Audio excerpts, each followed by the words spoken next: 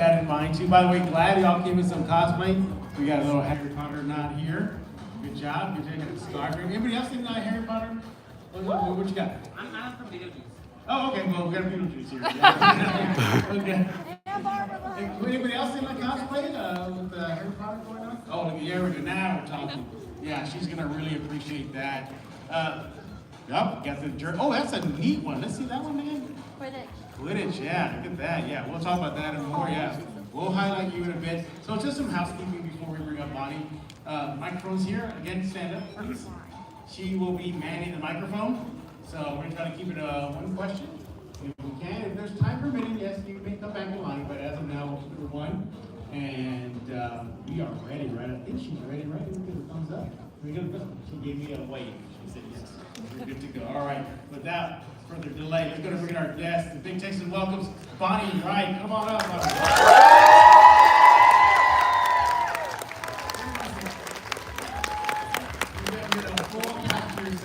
Hi, everyone. Hi.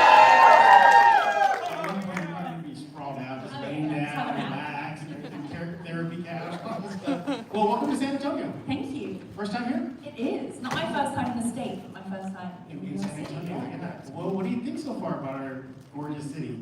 Well, so far this morning I only had time to walk along the river, like Yeah, the river river walking, but I pretty much landed last night and came straight here. So basically, I feel like often you see the city through the people, which is as good as the sights. So it's been lovely to meet everyone I've met so far. So what did you think of the river walk? It was nice. I need to walk further. I'm sure it goes further. I only Okay. walked down it for like 10 minutes. Bonnie, let me tell you, you just saw maybe a fraction. Okay, cool. I think the river, help me out guys, it extends all the way to the southern side of San Antonio. Okay. You can literally walk the entire river from pick a point and pretty much travel almost the entire nice. city. Yeah, and it's still being developed. Yeah. So yeah, did you see the boats, the barges? I did, yeah. It reminds me, in London we have, or the whole of England, we have canals that run through London and all the way up into the north, and they have these like longboat canal boats. You gonna get on one? Maybe? I like just watching them, Okay. maybe. We'll see if I have time. I'm going to be here most of my day and tomorrow, so. Well, a little history note about that river you saw. Back in the 80s and 70s, they used to allow people to paddle boat on there. So not only would you see barges, you'll see people like duo paddle boats just going up and down. They stopped that, but oh well. Well, what people were too, I don't know, pedaling wildly and crashing into each other. I've seen people who were jumping from one paddle boat to another. So they said, okay, but by the way, it's not that deep. No, I imagine. Yeah. I think it goes up maybe up to your calf or something like that. But obviously fans are here. They love what you did in the Harry Potter series. Ginny Weasley, everybody. Woo! Yeah! We got to see your character you portrayed from beginning to end, Philosopher's Stone up until Deathly Hallows. What did you like about Ginny's travel, Ginny's path? Yeah, I also like that you called it the Philosopher's Stone, not the Sorcerer's Stone. I know that's the American version, but which kind of doesn't make any sense. As we know, it's the Philosopher's Stone. I was very, very lucky to have a character like Ginny to play and be with for 10 years. She had such a cool character development, such a cool character arc. I mean, she obviously was like thrown in the deep end in Chamber of Secrets and really became sort of pivotal to the narrative in that story. And that was definitely like a big step up for me because the first Harry Potter was the first, acting I'd ever done. So I remember that film was really exciting. And then it just kept getting better. Her character obviously really evolved. She really stepped into herself, and I really sort of had an affection to her character and her art, which I think many people do too. So many people see and love this kind of like quiet fierceness that she has, which I think is very, often we see, I don't think this has changed, but I think in the past when Harry Potter was written, we often saw these female characters that were more kind of extroverted and confident, but she was this more kind of introverted, sort of confident character, which I think was great to see from a young woman's perspective, like my own at the time. Like I felt like I could really strive to be more like her in a way. I was super fortunate to play her, and through very formative years of my own life, from 9 years old to 19, where like literally everything happens in your life. So that was surreal for all of us too, to kind of grow up and grow with our character.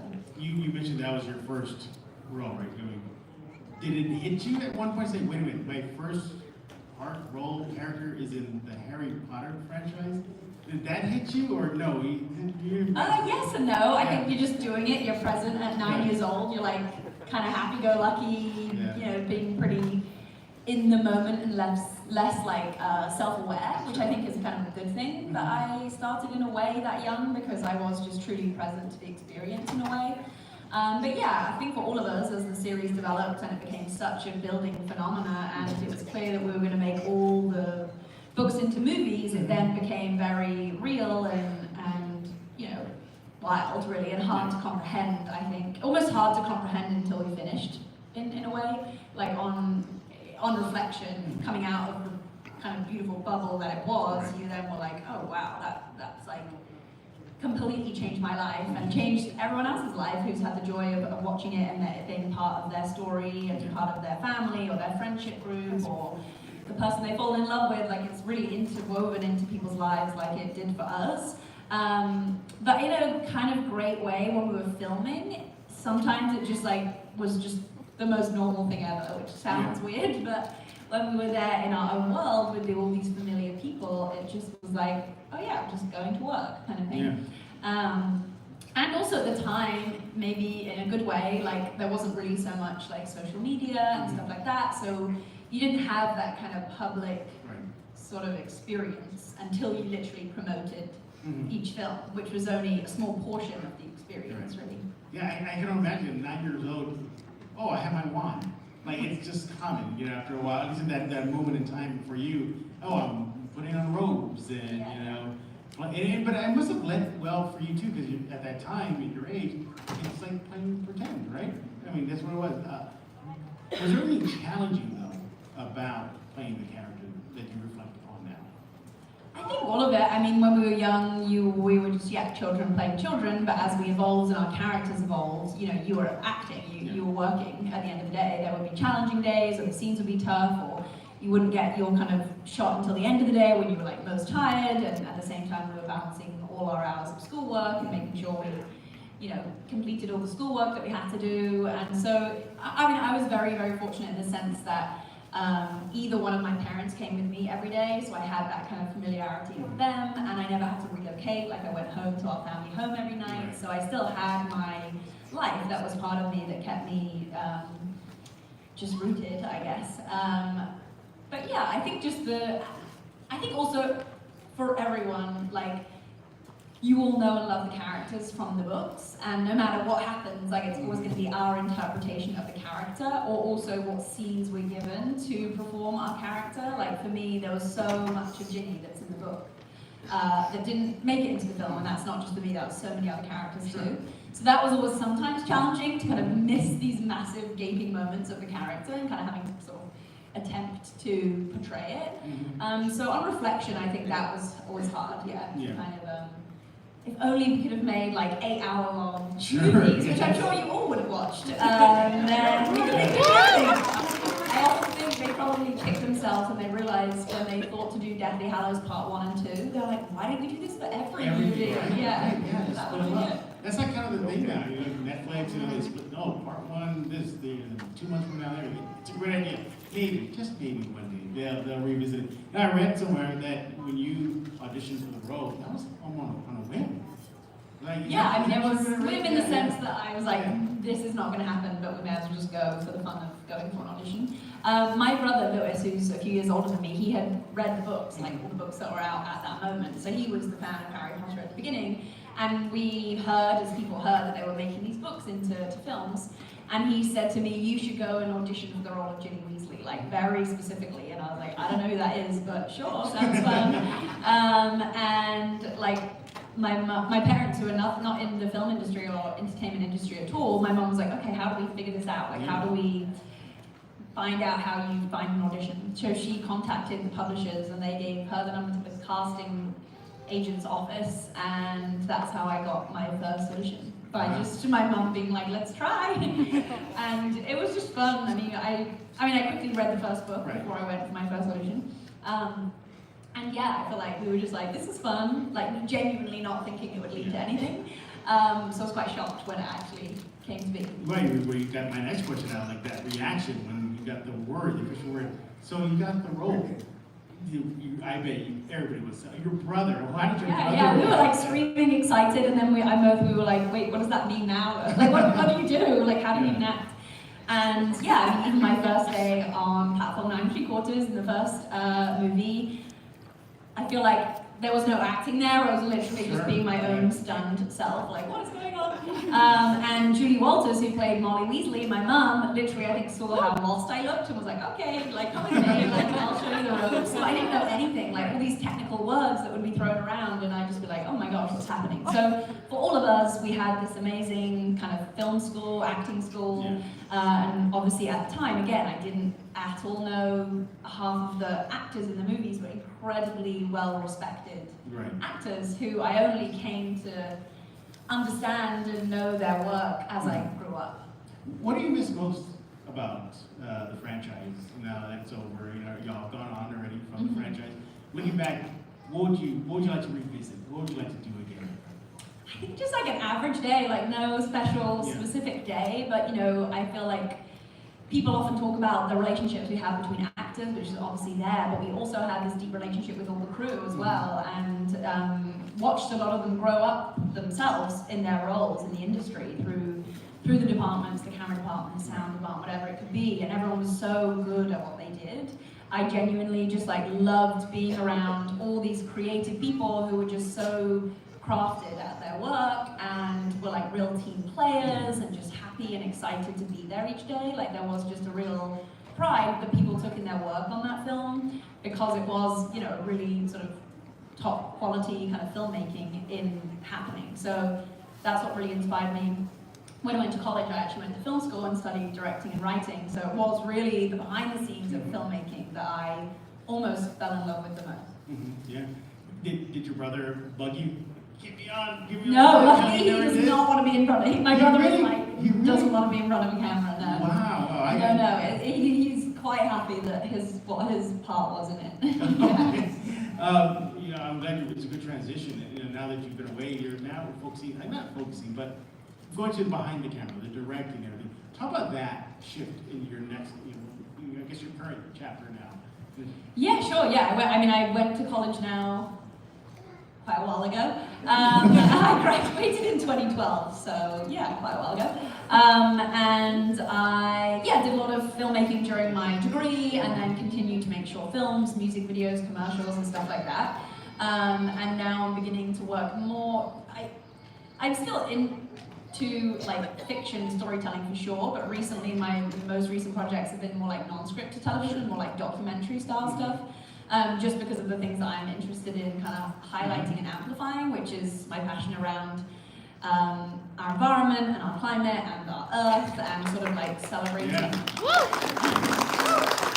and celebrating what individuals are doing. I just made a TV show where I travel through California and Oregon, meeting people in their local communities, working around local issues that are affecting them, and really spinning or just focusing on the positive things that people are doing and showing that people are out there doing this work already. We just need to replicate it, amplify it, duplicate it, scale it, it's happening and people are leading this themselves in their community. Often we can be so overwhelmed by the global scale of things. I think it's really important to focus on local issues. So that show is basically a mixture of meeting these people and looking at local issues, but also just a fun show where we go camping and surfing and kayaking and just showing what is to offer in nature. So that will come out at the beginning of next year. And I'm hoping to make more shows like that, basically. I'm glad you brought up your activism, because when I say she's about helping the environment, I mean she's about helping the environment. Yeah, Greenpeace, you help out there. I can't remember if I'm pronouncing it. Lumos, is that correct? Yeah. Lumos? What is that about? Yeah, I haven't worked with them for a while, but the project's because I've been focusing more on the environment stuff, but that is basically a sort of, it looks basically like care systems, essentially, in certain countries, and looking at how best to sort of direct the funds for care systems to make sure essentially that the issues don't start in the first place, kind of looking towards the root issues of why children become orphans and trying to help there be more care from the beginning for families and communities so that that doesn't have to happen, basically. Right, yeah.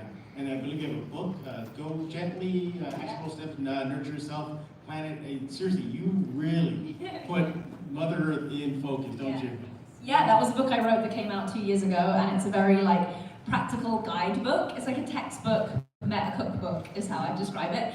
And it's a very sort of practical book on ways that in your own day-to-day life you can kind of like shift habits, or ones particularly that you find inspiring. I talk a lot about how like you don't have to overhaul your life, and you really just have to look at one thing within your home or your life that you connect with and you love, and shifting things within that. Like for me, I was always concerned about the health of our ocean, and so I started to try and, you know, look at how I was sort of having a relationship with single-use plastic, and I started first in my kitchen because I love to cook, and I was like, okay, I'm going to start somewhere I actually like to be and enjoy my time, and I slowly kind of built out from there.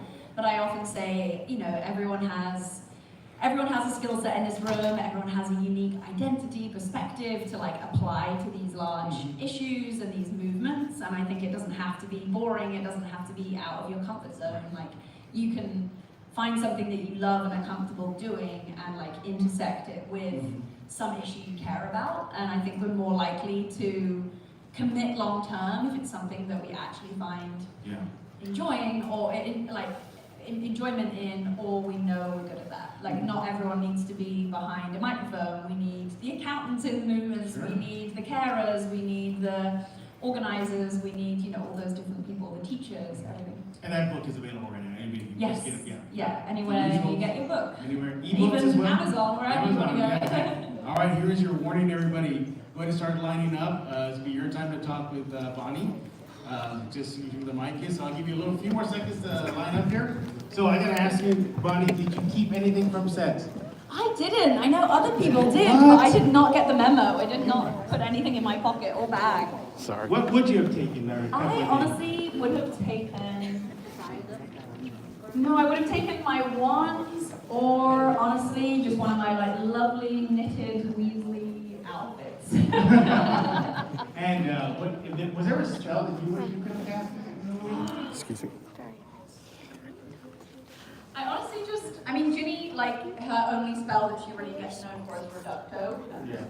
Stuff. I was always interested in the stuff that didn't have like words to it, but like porkies and apparating. Like, I like that kind of stuff. All right, cool. Good stuff. All right, I'm going to start us off.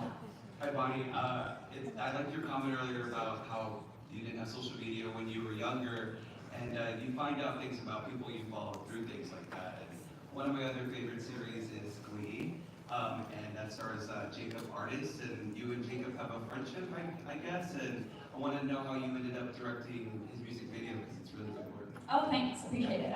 Yeah, that was a music video that came out a few weeks ago that I directed. Jacob and I actually were in a film together in 2011 called After the Dark that we filmed in Indonesia, which was an incredible experience. We had there for like 3 months. So that's where our friendship began, and I've known him since then, and was really excited to direct his music video. Yeah, thanks for watching my show. Nice shirt you got there. Thanks. I know your character was so amazing, but if you could have played somebody else, who would it have been? Oh, well, I've been a good character for so long, so I feel like I would step to the other side. I mean, there's no way I could ever do her justice because Helen Bonham Carter did such a good role, but I love Bellatrix so much. I mean, maybe just like, maybe one Halloween, I'll just be her. I don't think I could actually play her, but I would like to put on her shoes for a minute. Oh, that would be amazing. Can you do a line very quick, the Molly Weasley line? Oh, I can't like say, I mean, I'm not going to perform it, but obviously I was very excited for that scene. I remember all the time, and like, all the days leading up to that moment between Molly Weasley's character and Bellatrix, they were like so excited to have that scene together, and I was as excited to just be in the middle of it. And I remember when the final moment came, step away or get away, step away from my daughter, you. Just in case. But yes, I was like, that was a great scene, and I was honored to just be silent witness to it. Yes, sir. Hi, Bonnie. Just want to say, big fan. Me and my mom are big Harry Potter fans, And some of my favorite scenes that you did were mostly with Ron and his brother. But I really liked the kiss scenes with David Radcliffe. That was very awesome. So my question would be, what would be like during any of the movies from when you came on like to do your character until the final movie? Was there any like embarrassing moments happen on set, or any fun moments with the cast that really touched you, or did you have like, oh, this was a good time I had? Oh, it's hard to like find one. There were so many. I mean, like you said, all the scenes that I had with my Weasley brothers were always kept you on your toes. We were always like, got us all together, and we were a pretty silly, funny bunch of people, as you could imagine. So I loved all the scenes that we had in the boroughs. I feel like we had a lot of fun doing those scenes. Just as you can imagine, we were a very like playful, warm family, and I just really loved how those played out. And I also really found we had some really special, fun moments between everyone in the Dumbledore's army scene, like in the Room of Requirement. I think it just was a film that was like at this specific time where we were just like teenagers, being teenagers. So it was like this great moment of, I don't know, when your like social life becomes more important and we're all just like stepping into ourselves. And I remember that really happened during those scenes. Yeah, my favorite was when Ron got his dress and he said, no, it's costly. Oh, that's a good one. Thank Good you. question, good question. Hello. Hi, Jenny. My sister and I are big fans of the series. We each got Deathly Hollow tattoos for my sister's 80th birthday. So in the movies, y'all worked with legends.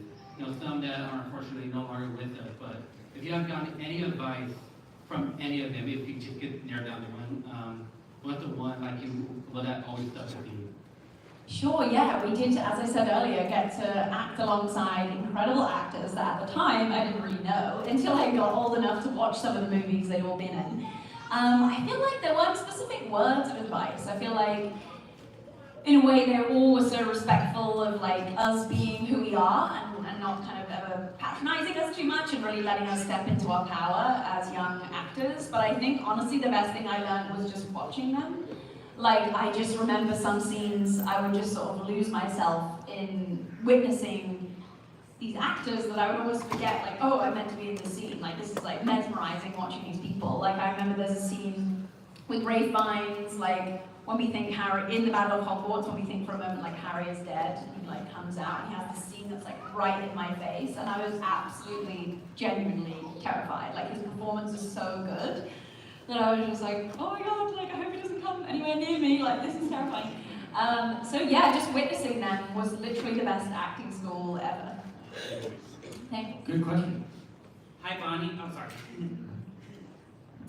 Hi, Bonnie. First of all, I grew up watching Harry Potter. I remember watching the last movie in theaters. It was a long line I remember growing up. And Jean is my favorite character, first of all. She's my favorite character. And I got a question for both of those two questions. What do you start in acting? When did I start? Yes. When I was 9 years old. Oh, 9 Yeah, years as old. Jean was. And my last question is, if you were not a Hogwarts student, what witch from an iconic pop culture movie would it be? Ooh, but I would still have to be a witch. Yes. Oh, okay. I'm trying to narrow down what other worlds there are. What other, I mean, I could be in like practical, I mean, it's not, oh no, does it have to be a fan, does it have to be, I always love the movie Practical Magic, so that would be fun. Yeah. They're very different vibes of witches, but I feel like who doesn't want to dance around their kitchen with like a picture of margaritas like this. But I got that. I even actually dressed as Nicole Kidman in that movie, on Halloween. Oh, Yeah, that's that's awesome. Thank you so much. Hello. Hello, my name is Elizabeth, and I was wondering, since you mentioned, promoting and advocating for environmentalism, how would that impact how you choose to go about the process and the impact that in itself causes on the environment? Sorry, I didn't quite get, do you mind just explaining a bit more? I was wondering, like, how does it affect your decision making, like how to travel, all the different nuances of production for the show that you're making? Oh, okay, get you. Yeah, I mean, there's many different ways that film sets generally can be, obviously, as you can imagine, quite wasteful places. And there are many great organizations and production companies that come in to help you make them, more environmentally conscious. I feel like I come to my productions and the things I make with a lot of that in the back of my mind and try and make sure we implement as much things like not buying things new, renting things where we can, buying things secondhand, or if we don't eat all the food, where can that go instead of going to waste, or the kind of materials that we interact with. When it comes to larger scale productions, if I'm on those sets, I usually go and ask questions and like ask why they're not doing certain things. But there's also great organizations. There's a great one called Earth Angel that production companies hire as a company, and they come in to help implement change across all the departments. So there's definitely things out there that are doing, great things. I think people genuinely are becoming more aware, just within crews and casts as well. And it really depends on the scale of production. But yeah, it obviously changes every decision I make. I have that in mind. Sometimes you can control it, and other times you can't. But you've just got to, try your best. Thank you very much, that was awesome. Thank you. Hello. Come on up to the mic. Bonnie and Monica, thank you for coming to San Antonio. They are going to be making a practical magic free food or something, so maybe put it out in the universe. So one of the things I had a question about was the Go Gently community page. I've recently introduced to that. Is that something you've always been interested in as a child, or was that something that came about after you became a mom? Oh, that's a good question. Well, I guess without knowing it, I kind of always had that, or my parents instilled that mindset within my brother and I as children to kind of not waste things or not take things for granted in terms of their value. My parents are both jewelry makers, and they're very really talented at their crafts, and I think the making process of products became really important to me, not just assuming this is a couch, but people have spent their time and energy making this. Where did this material come from? How far did each piece come across the planet to make this piece? So just always asking questions behind the item and the object was kind of something that my parents liked. Yeah, exactly, just behind what we assume to be obvious, and I think that's a great first step when we're beginning to make changes in our life. If there are brands that we love to buy from, or food we love to buy, or grocery stores we like to go to, do we ever think about the transparency behind their supply chain? Do we agree with it, or do we feel like the living conditions of the people making the products are good and happy and valued? So I think that questioning of the system was always kind of in my mind, but it wasn't really until I started to understand, it was really single-use plastics and pollution ending up on beaches that became my aha moment, I guess. And that happened in my late teens, really. And then, but my activism, so to speak, didn't really start until I started working with Greenpeace, and that was in 2017. So I've kind of been much more committed to it since then. And yeah, becoming a mum recently, my son just turned 1, and there's a whole other thing.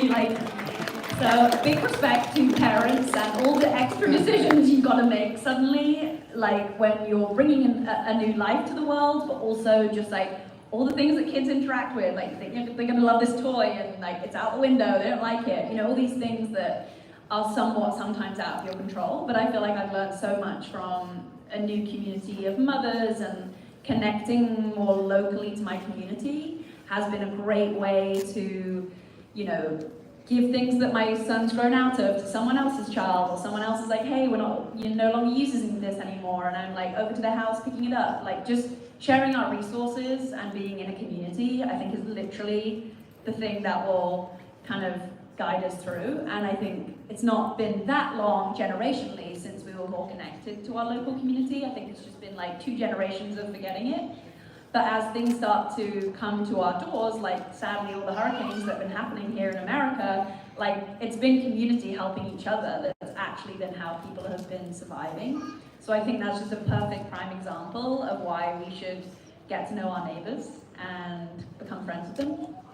Thank you. Thank you. And thanks for joining the community. Go Jen. How is your little boy doing? He's good, yeah, he is raging around, running around, walking around. Yeah, he's fully, we only he's only worn shoes for the first last 2 weeks. Yeah. It's been pretty funny watching him get used to shoes. When he gets older, when he sees you, young mom. I know, people say you're just gonna show him the movies and not tell him you're in it and see what happens. Hi. I I read the first book when I was in 5th grade, and the entire series has changed my life in ways I never really imagined. But book, as you mentioned earlier, book Ginny and movie Ginny are vastly different characters. So I've always wondered, what would, if you could take anything from book Ginny and put it into movie Ginny, what would you put in? Or what would you take? Oh, how long do we have? There's so much. Well, I mean, so much of her. I feel like I think the biggest lesson I learned too, just outside of this, when it came to filmmaking later on, like when it comes to adapting a book to a screenplay, it's a big, big task for that writer. And at the end of the day, while the book is more of an ensemble of characters, a movie often has to have like a leading role, and I kind of learned that later, this idea that in a way when they adapted the book, they had to have Harry as the hero, that had to be the central piece. And I kind of learned that later on as I understood like script writing and filmmaking. I mean, obviously you can have different styles of filmmaking, but that's kind of the genre that they went with. So I, at the end of the day, just had to like know all part. Like I was a fan of book Ginny as much as you were, and I just had to channel those moments. But I guess if I had to be specific, it would be, I mean, I think just the nuances of Ginny and Harry's relationship building, those kind of little moments that you have when you're falling in love with someone, that aren't the final moments, but just those little nuanced moments in between would have been great. I feel like just building up Dumbledore's army, building up Quidditch, building up the Weasley family generally. I mean, just so many things. And some of them are subtle moments, which are sometimes hard to portray in a film, but a book is so good at doing that. Like, I think there's something that books are so special in that way. You can build these layered worlds and characters that sometimes get missed in films and television, which is why you haven't read the Harry Potter books, you must read them all now, or at least listen to the audiobooks. Thank you. Thank you. Oh, sir, cool mask. Thank you. What is that? It's a Radiohead. Oh, Radiohead. Okay, what's your question? My question is, my family has been a big fan of the Harry Potter series for like the longest time now, and I'm really interested in the process of making the movies. And my question is there any memorable moments that you had with director Chris Columbus in the movie of The Chamber of Secrets? Oh, that's a good question. I feel like Chris Columbus is not celebrated enough. He basically started the Harry Potter world in the film sense. Yes. I feel like Scan that. That's my. He began the family, but then, evolved throughout the movies. He kind of was so good at bringing the magic to it. I remember he was always like, really like specific on it needing to come through your eyes, like that smile, that magic, whatever it had. You had to perform it through your eyes, not just smiling through your mouth. He had that kind of like, and he was like that. He was very lit up, his whole self. And he was obviously very talented and experienced working with children from other films that he directed. So I think he was really good at making us feel like we belonged as young actors, we were doing what we were meant to be doing, and just making us feel confident. And I just think, the best way I could describe him was just like he really brought that magic. But especially in the first film, all those moments when you learn Harry's a wizard for the first time, or the bits with Hagrid when he's going to Diagon Alley, like I feel that's really his directing that made it feel that magical. So I definitely, and obviously at the time that's the only director I'd ever worked with, so I only kind of learned later on that there's many ways to direct as well. Thank you. Good question. Yes, ma'am. Hi. Okay, so my question is, what is your favorite moment or biggest takeaway from the entirety of filming the Harry Potter series? Ooh, that's a big question. I think I may have said it a bit before, but basically anything I did with my Weasley family was my favorite. I feel like I was so lucky to not only have my Gryffindor family, but I had my actual Weasley family, and I love the Burrows, the Burrow, the Weasley household. It was such an incredibly designed set that every year they intentionally kind of changed it every year, which you maybe don't really notice in the movies, but they kind of, this idea that it was kind of this living piece, and there was something a little bit different about it, and there was no straight edge in the whole house. Usually, you get a leveler and you make straight lines in a home, but there was none of those in the whole of the Weasley household to kind of make it feel kind of weird and wild like they are. And I just love the attention to detail, and I honestly would just love to just go sit in there one more time and just chill for a couple of hours. So yeah, that just is always my fondest of memory. Thank you so much. Hello. What were you looked down upon about being in the movie, and what was the hardest part about being in the movie? Oh, you mean like when I went to school or something? Or like outside of filming? Yeah, did anyone not like that you were in the movie? Oh, that's a good question. I mean, you know, people always would ask lots of questions and be always interested. I think too, when you're young, like when I was 9 years old and I was quite young, sometimes things were hard when you were like integrating into regular life. Like I'd have to film, and then I'd have to go back to school and do my regular schoolwork and be with my classmates. So some days were challenging, because some days you were so in one world that you had to transition to another world. But I feel like I was always lucky in the sense that I had a supportive family and I had really good friends at school that didn't really see me differently. They were always like interested in what I was doing. But I'm sure there were some like difficult days, but I feel like I had a lot of people around me to help me. So yeah, I hope that answers your question. Thanks. Hello, young man.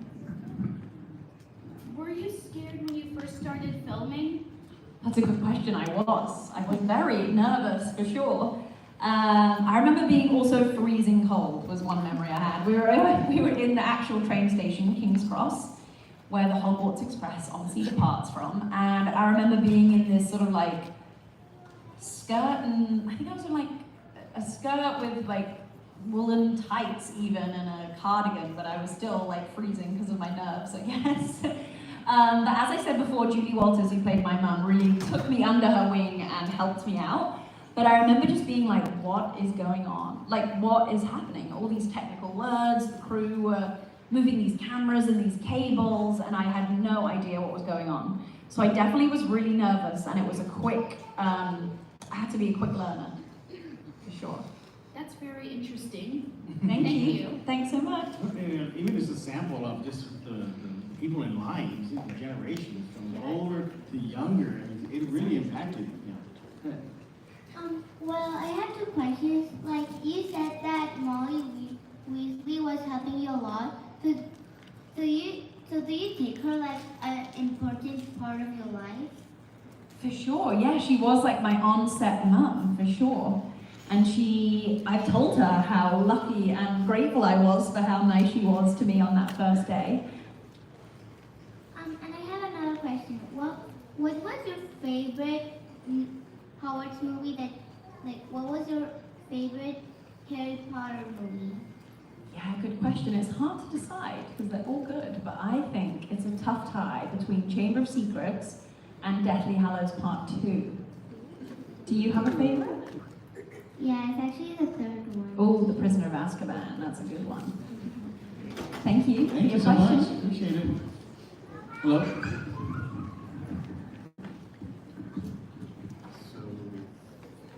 So we lost a lot of great actors from the series.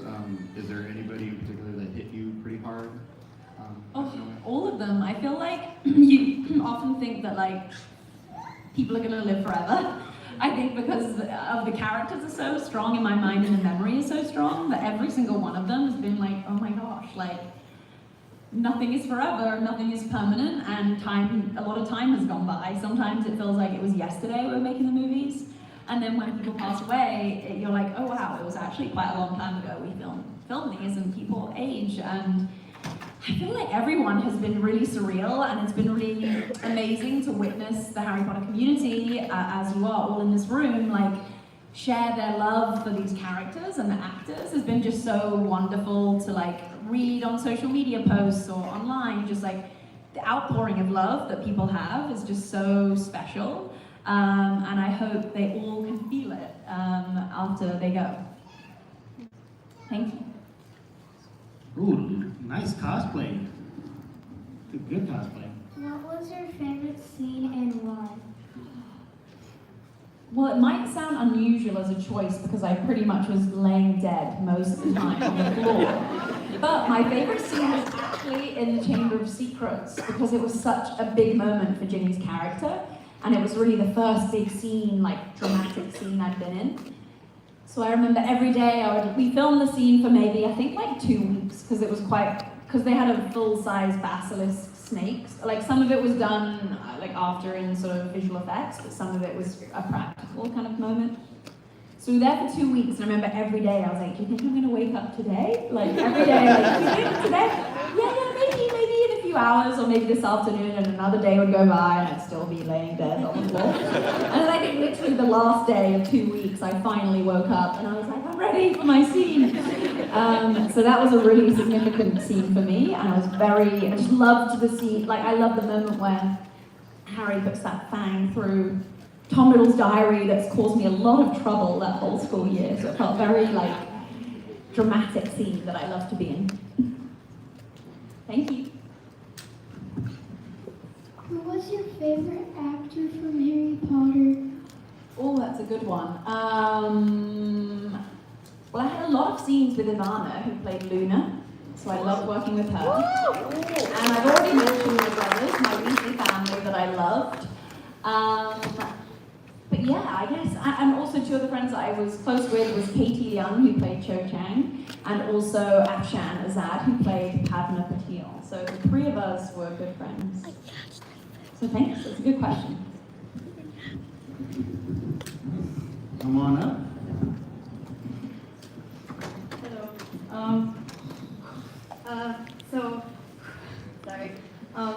Question was, I've been practicing it.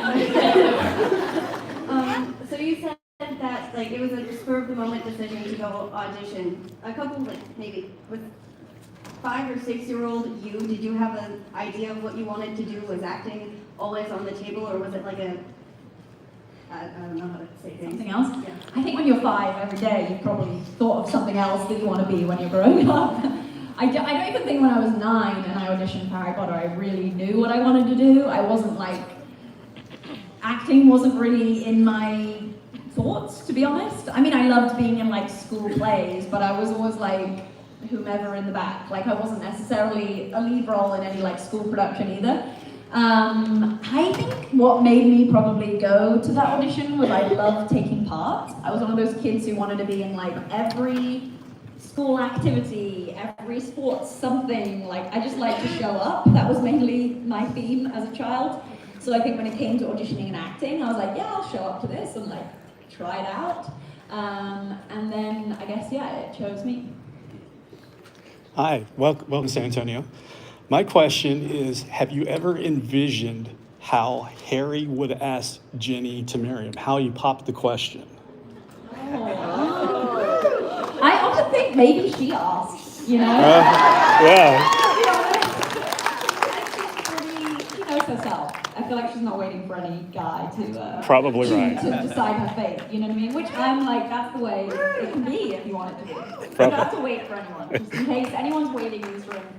Let's just find out now. Thank you. Okay, we got time for a couple more questions.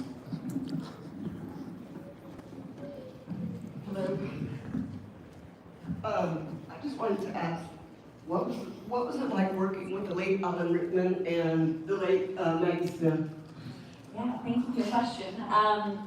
As I said before, I'm like still like in surreal shock that it's still they're not with us.